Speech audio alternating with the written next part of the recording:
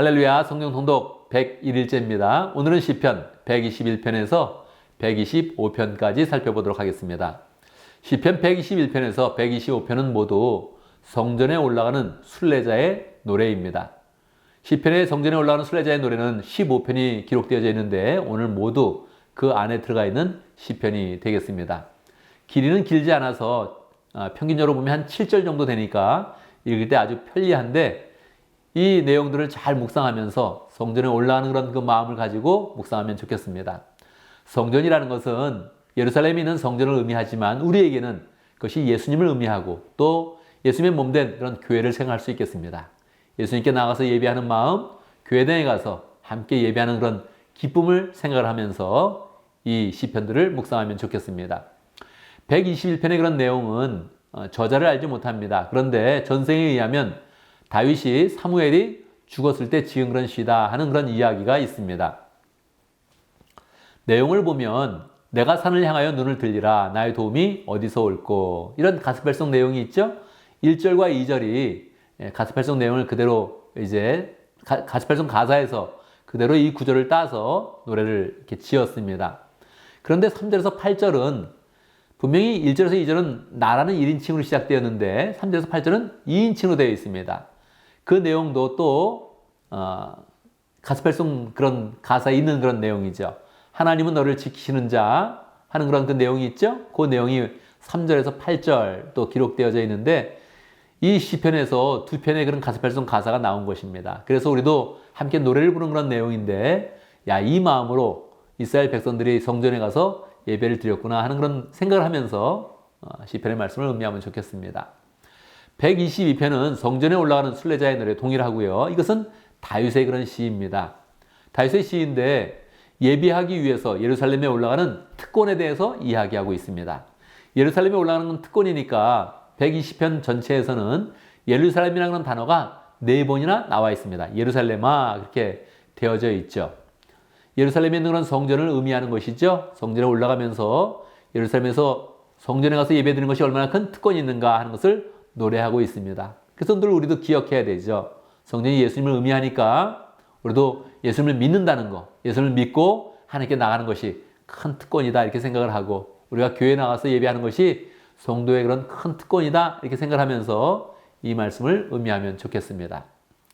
123편의 그런 내용은 4절로서 굉장히 짧은 그런 내용입니다. 그런데 그 내용에 보면 밝은 내용보다 어두운 그런 내용이 많이 담겨져 있습니다.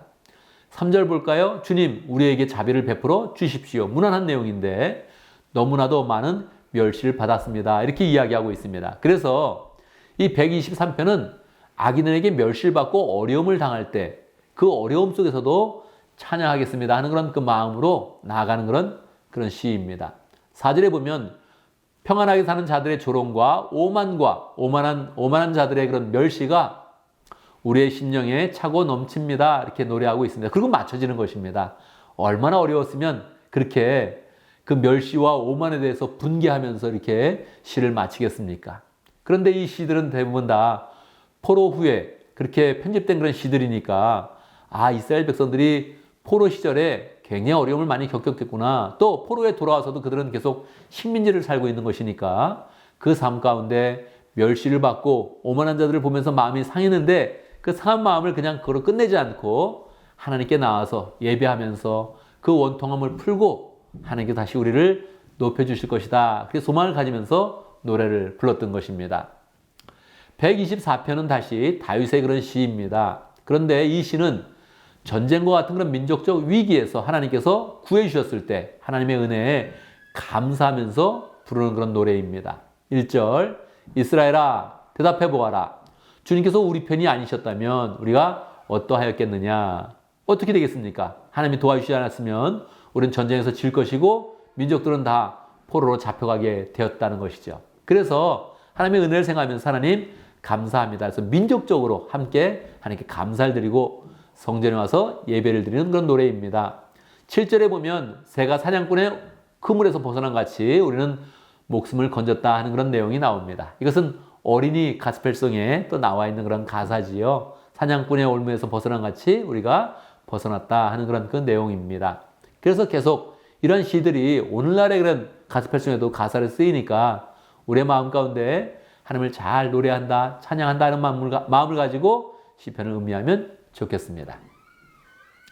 125편도 성전에 올라가는 그런 노래입니다. 1절 보면 주님을 의지하는 그런 사람은 시온산과 같아서 흔들리는 일이 없이 영원히 서 있다. 그렇게 표현하고 있습니다.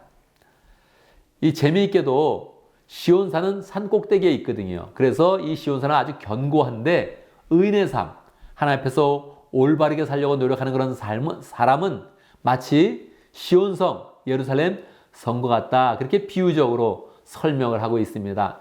2절에서 나와 있죠. 산들이 예루살렘을 감싸고 있듯이 주님께서도 당신의 백성을 지금부터 영원토록 감싸주신다. 그렇게 이야기하고 있습니다. 그래서 우리의 그런 삶이 하나님을 섬기지만 평소의 삶 가운데서도 의인으로서 잘 생활을 하면서 그 의인의 그런 삶이 바로 하나님께서 산성에 성을 세워준 것처럼 우리의 그런 삶을 보호할 것이니 더욱더 의롭게 살자. 이런 마음을 촉구하면서 하나님 앞에 찬양을 드린 것입니다.